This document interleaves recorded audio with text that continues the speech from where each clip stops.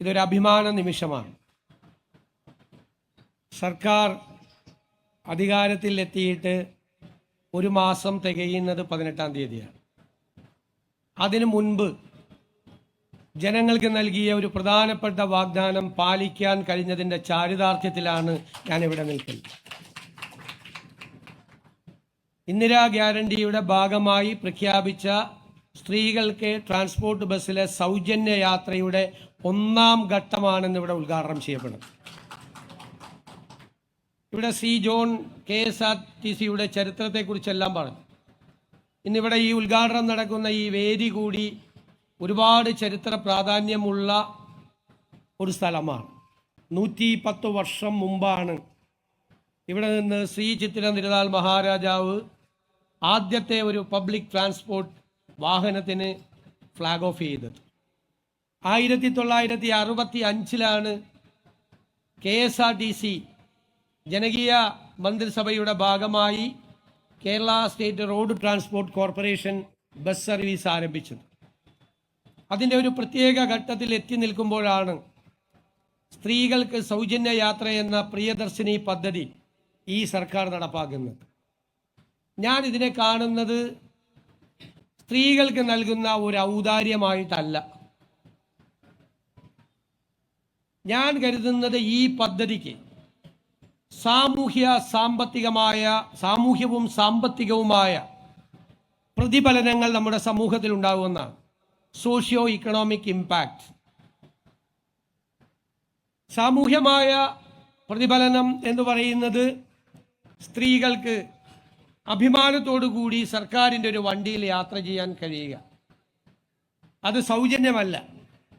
ഞങ്ങളുടെ സർക്കാർ, ഞങ്ങളുടെ വാഹനം, ഞങ്ങൾ ഇതിലൂടെ യാത്ര ചെയ്യുന്നു. എത്രയോ സാധാരണക്കാരായ സ്ത്രീകളാണ് KSRTCയിൽ യാത്ര ചെയ്യുന്നത്.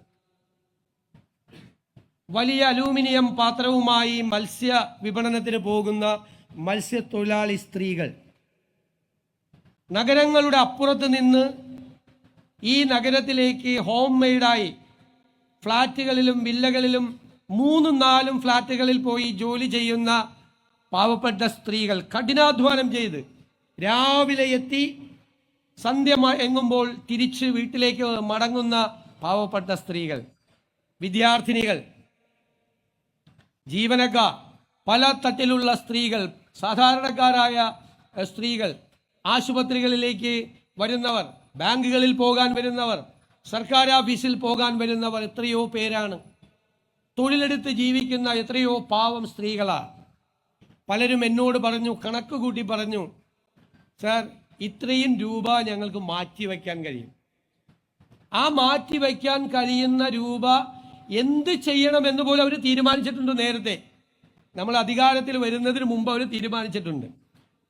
ഈ പദ്ധതി നടപ്പിലാക്കിയാൽ ഒരു ദിവസം എത്ര രൂപ സേവ് ചെയ്യാൻ പറ്റും, ഒരു മാസം എത്ര രൂപ സേവ് ചെയ്യാൻ പറ്റും, ആ പണം എന്ത് ചെയ്യണം. ഒരു സ്ത്രീ എന്നോട് ഉപദേശം ചോദിച്ചു.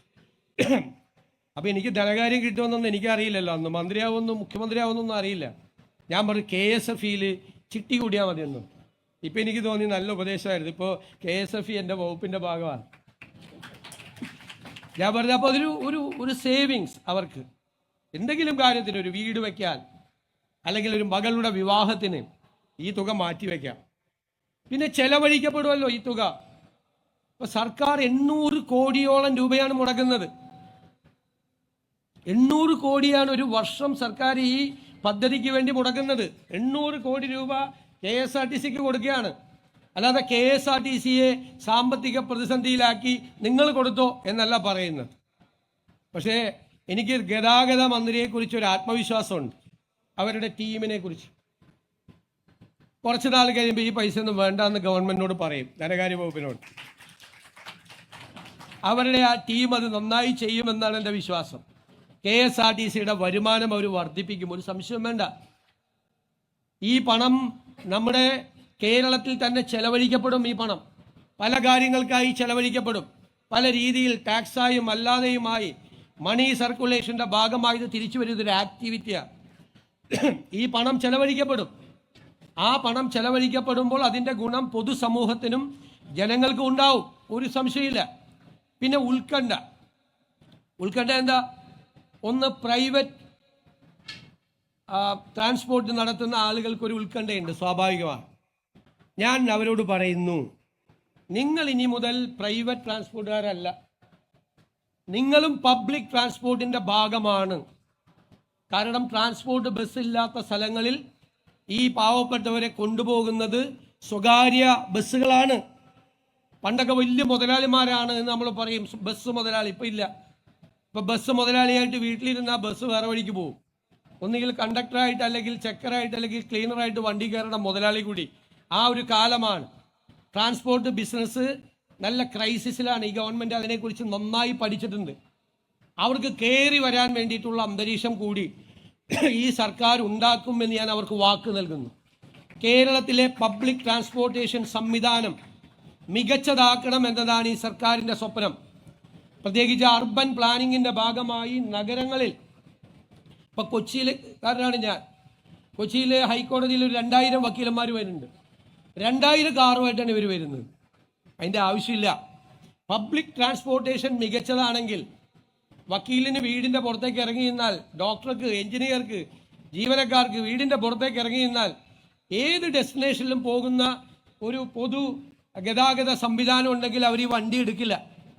അപ്പോൾ അവർക്ക് ആ വണ്ടിയിൽ കയറി വരാം. അപ്പം നമ്മുടെ ഈ നഗരങ്ങളിലെ വാഹനങ്ങളുടെ സാന്ദ്രത കുറയ്ക്കാം.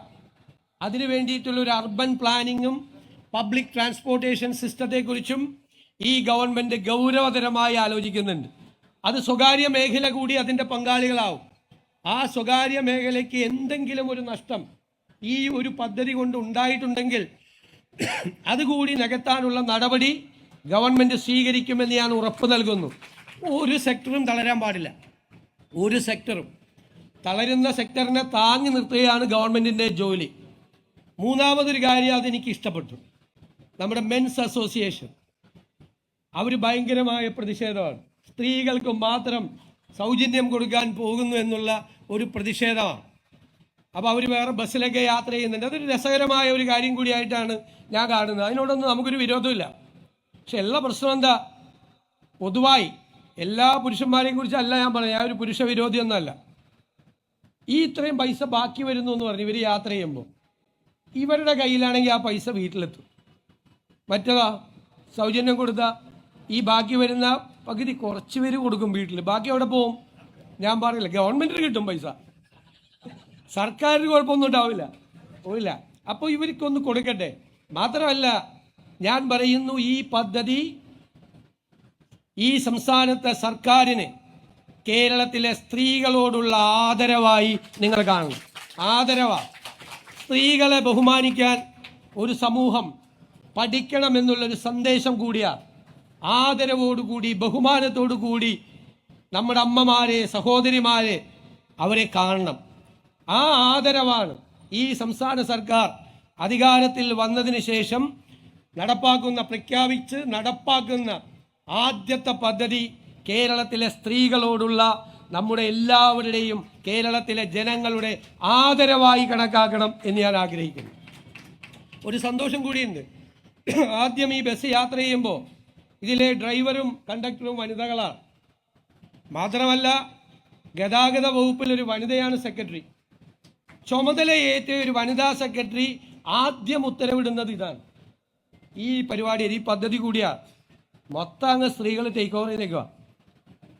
അങ്ങനെ ആകട്ടെ, ഇനിയുള്ള കാലവും അങ്ങനെ ആകട്ടെ എന്ന് ഞാൻ ആശംസിച്ചുകൊണ്ട് നിറഞ്ഞ അഭിമാനത്തോടു കൂടി, നിറയുന്ന കണ്ണുകളോടുകൂടി ഞാൻ ഈ പ്രിയദർശിനി പദ്ധതി കേരളത്തിലെ സ്ത്രീകൾക്കായി സമർപ്പിക്കും.